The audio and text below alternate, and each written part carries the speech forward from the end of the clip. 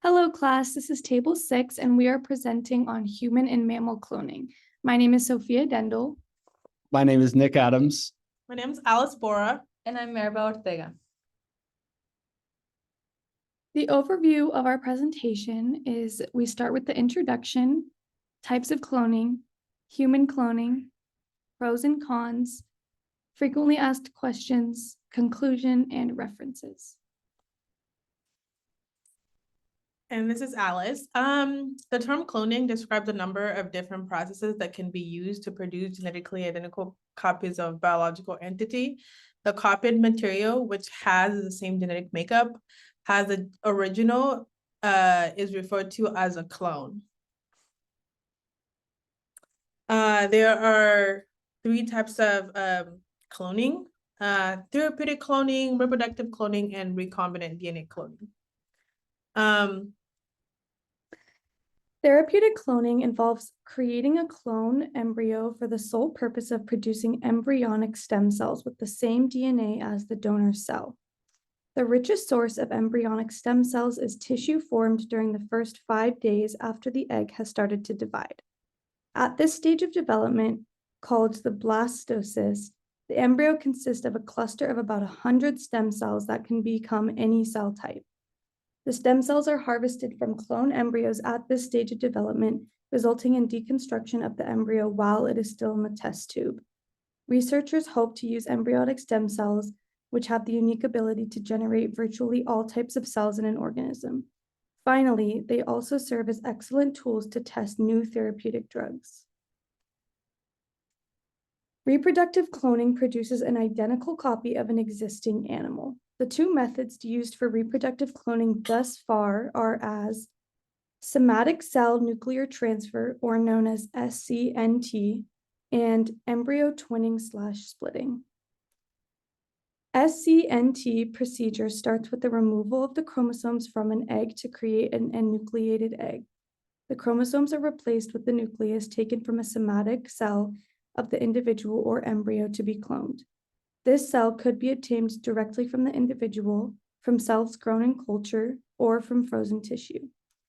The egg is then stimulated. A series of sequential cell divisions lead to the formation of a blastocyst, or pre-implantation embryo.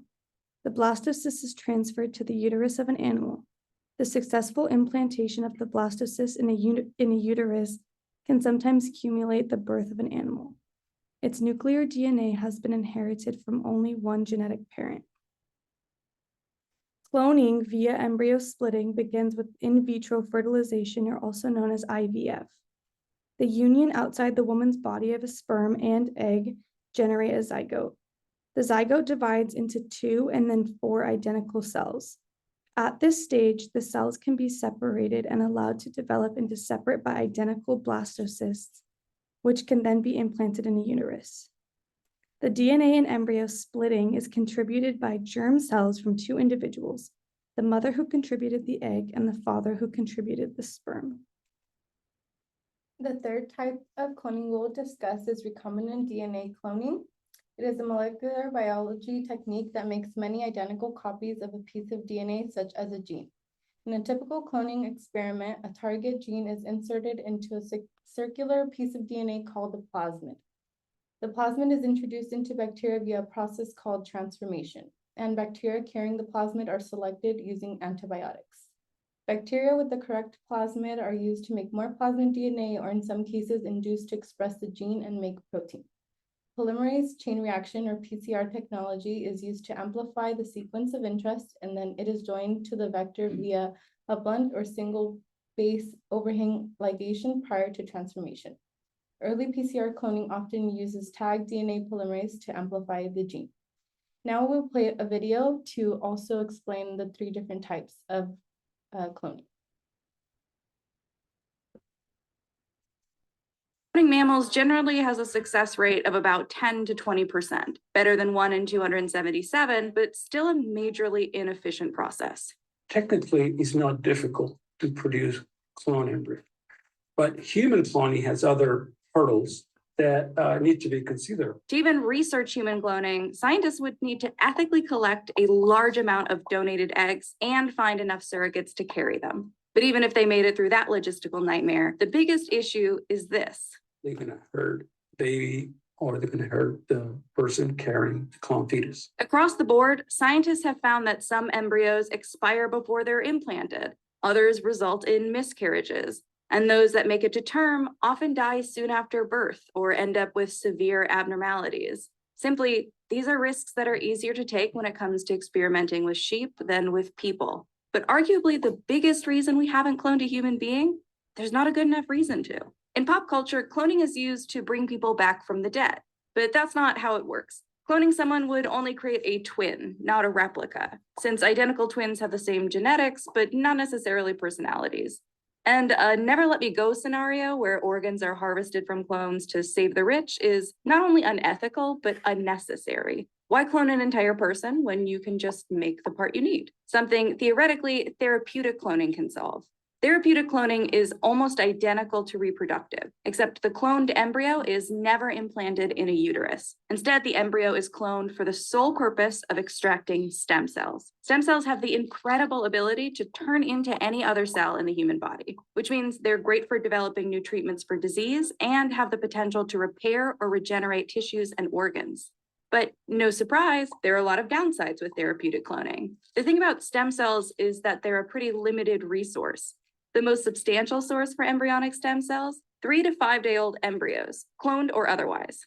And when someone else's stem cells are transplanted into a patient, the body will sometimes fight them off like a disease. Some researchers believe that cloned stem cells, since they share the patient's DNA, would be less likely to be rejected. But this use case is still in the research stage. And finally, therapeutic cloning is an individualized treatment in a world where drug companies are more interested in standardized ones. And there are easier ways to create multi-purpose cells nowadays, like the method for creating induced pluripotent stem cells. They're basically adult cells that have been reprogrammed to be a different type of cell. The problem with therapeutic cloning, of course, is that you need lab personnel that is qualified to do it, specific equipment to do it. Whereas the other technique, you can just buy a kit and one person can do it in a lab that has some expertise in tissue culture. Cloning mammals generally has a success rate of about 10 to 20%, better than one.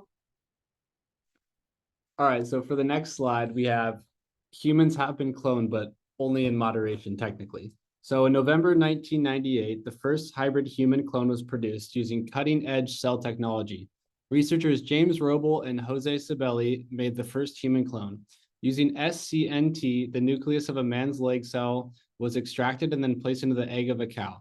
After being cultivated, the hybrid cell gave rise to an embryo, but after 12 days, the embryo died.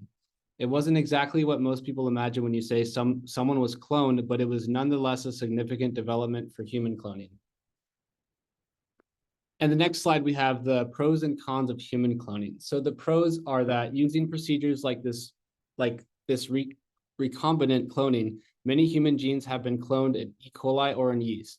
This has made it possible for the first time to produce unlimited amounts of human proteins in vitro. Cultured cells like E. coli, yeast, and mammalian cells transformed with a human gene are being used to manufacture more than 100 products for human therapy. Some examples of this are insulin for diabetics, factor VIII for males suffering from hemophilia A, factor IX for hemophilia B, human growth hormones, HGH, and EPO for treating anemia, several types of interferons, several interleukins, GM-CSF, which is granulocyte macrophage colony stimulating factor, which is used for stimulating the bone marrow after a bone marrow transplant. So those are the pros. And then to the cons, there is a good reason why human cloning has not yet been fully developed. First of all, human cloning has significant ethical ramifications because the outcome is uncertain if it is done poorly, which has a high likelihood of happening. Additionally, it might be misused or subject to abuse. Even if human cloning is made viable, everyone would be at risk if such technology were made available to the general population. Other concerns of human cloning may be that it would provide a lesser sense of individuality, possibility for faster aging, larger population, therefore more supply will be needed with the growing demand, And it takes a lot of time and money, and the testing on humans is necessary to get the process right, so it'd be very inhumane. And on this slide, we have some FAQs. The first one is, do cloned animals always look identical? Even if clones are genetically identical with one another, they will not be identical in physical or behavioral characteristics. A pair of clones will experience different environments and nutritional inputs while in the uterus, and they would be subject to different inputs from their parents, society, and life experience as they grow up. And even monozygotic twins are not fully identical generally or epigenetically because mutations, stochastic developmental variations, and varied imprinting effects make different contributions to each twin. The next question is, how many different types of mammalian species have been cloned? What is the rate of the success? The answer is approximately 22 animal species have been reported to be cloned by somatic cell nuclear transfer, or SCNT. Among them, approximately 19 have had individuals which survived to adulthood. A clear difference in the interest of animal cloning has been observed, with publications for mammal cloning reaching nearly 6,000 in 1997, falling to fewer than 500 in 2017, according to PubMed. Why the apparent interest has declined is a matter of speculation. No new species have, however, been cloned in the past 5 years. This may either be a result of cloning becoming more normalized, less novelty in publication, or there may be a lack of advancement and interest generated. Another frequently asked question is, what is the current state and federal law surrounding human cloning? There is no federal law prohibiting human cloning. Federal laws and regulations only address funding and other issues indirectly connected to cloning. At the state level, however, there are laws directly prohibiting or explicitly permitting different forms of cloning. The controversies relating to federal and state cloning policies have focused on 3 main issues. 1, whether different kinds of clonings should be governed differently.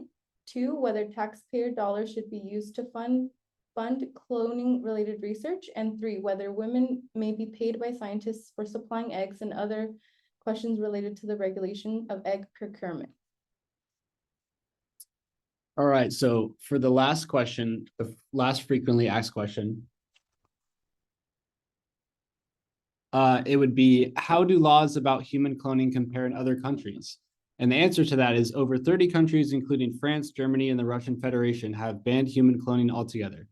15 countries, such as Japan, the United Kingdom, and Israel, have banned human reproductive cloning, but permit therapeutic cloning.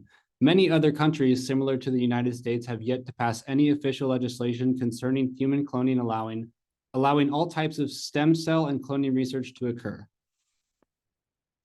And last but not least, we got the conclusion. In conclusion, the development of human and mammal cloning is a groundbreaking scientific activity that has prompted intense public interest and ethical discussions. Mammal cloning has highlighted the amazing potential of contemporary biotechnology, as evidenced by the cloning of animals like Dolly the sheep. It has made it possible for researchers to investigate new routes in the sectors of agriculture, medicine, and conservation. It also prompts questions over the well-being of the cloned animals. Human cloning, on the other hand, has encountered strong ethical opposition and legal limitations despite being technically conceivable.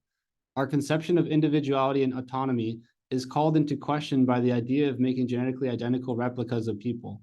There are significant hazards and unknowns associated with the psychological, social, and emotional effects on cloned people and society in general. In reality, what would we be doing with all of these clones? Thank you so much for listening to our presentation.